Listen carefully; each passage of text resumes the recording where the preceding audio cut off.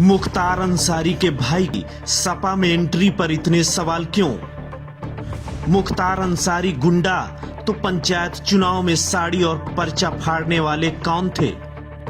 नाम सिबगतुल्लाह अंसारी। गुनाह नंबर 1 मुसलमान होना। गुनाह नंबर 2 मुख्तार अंसारी का भाई होना। गुनाह नंबर 3 समाजवादी पार्टी में शामिल होना।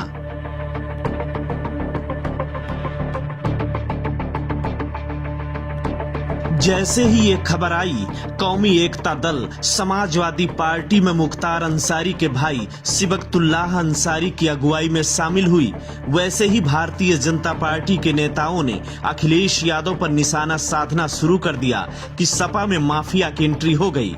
सवाल उठना शुरू हो गए कि जिनको अखिलेश यादव ने 2016 में अपने से दूर किया था, उनको अब गले क्यों लगाया? शायद इसका जवाब अखिलेश यादव भी जानते होंगे कि 2016 और 2021 में ऐसा वो कौन सा बदलाव आ गया, ऐसी वो कौन सी परिस्थितियां आ गई कि जिनको पार्टी से दूर किया था, उनको ही अब गले क्यों लगाना पड़ा। शायद इसकी जिम्मेदारी भी भारतीय जनता पार्टी की है। ऐसा इसलिए कि हाल ही में हुए पंचायत चुनाव में तमाम सारी ऐसी तस्वीरें देखने को मिली जिससे अखिलेश यादव को भी एहसास हो गया था कि राजनीतिक पार्टी में राजनीतिक दबदबे वाले लोगों का होना बेहद जरूरी है।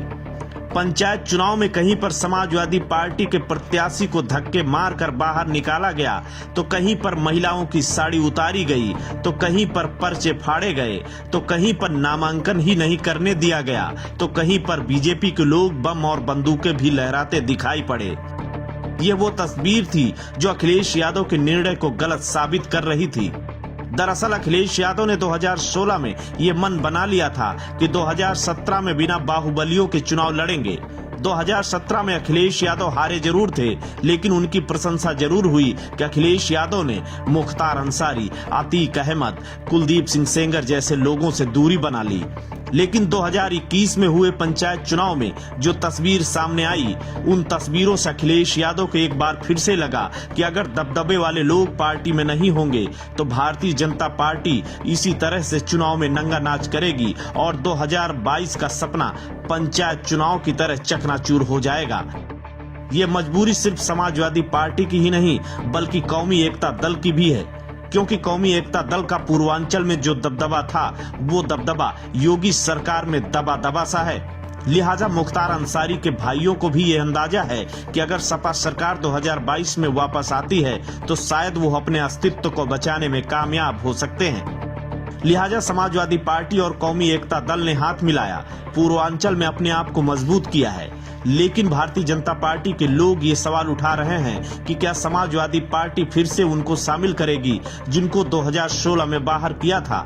हम ये नहीं कहते कि मुख्तार अंसारी वो उनका कुनबा दूध का धुला है, लेकिन मुख्तार अंसारी एंड कंपनी अगर गुंडे हैं तो फिर वो लोग कौन थे जिन्होंने दिन दहाड़े पंचायत चुनाव में साड़ी उतारी थी, जिन्होंने पर्चे फाड़े थे, जिन्होंने धक्के मारकर विपक्षी उम्मीदवारों को बाहर निकाला था?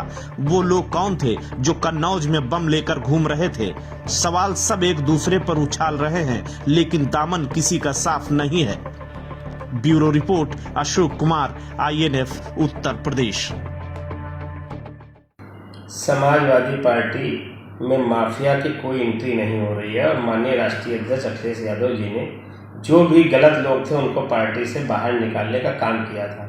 लेकिन जो मुख्तार अंसारी के भाई सिबगतुल्लाह अंसारी पार्टी में आए हैं, उन्होंने ज्वाइन किया है, उनकी कोई क्रिमिनल हिस्ट्री नहीं है, ना उनके पर कोई मुकदमा है। जो लोग ऐसी उंगली उठा रहे हैं तो उनकी कोई क्रिमिनल हिस्ट्री दिखाएं।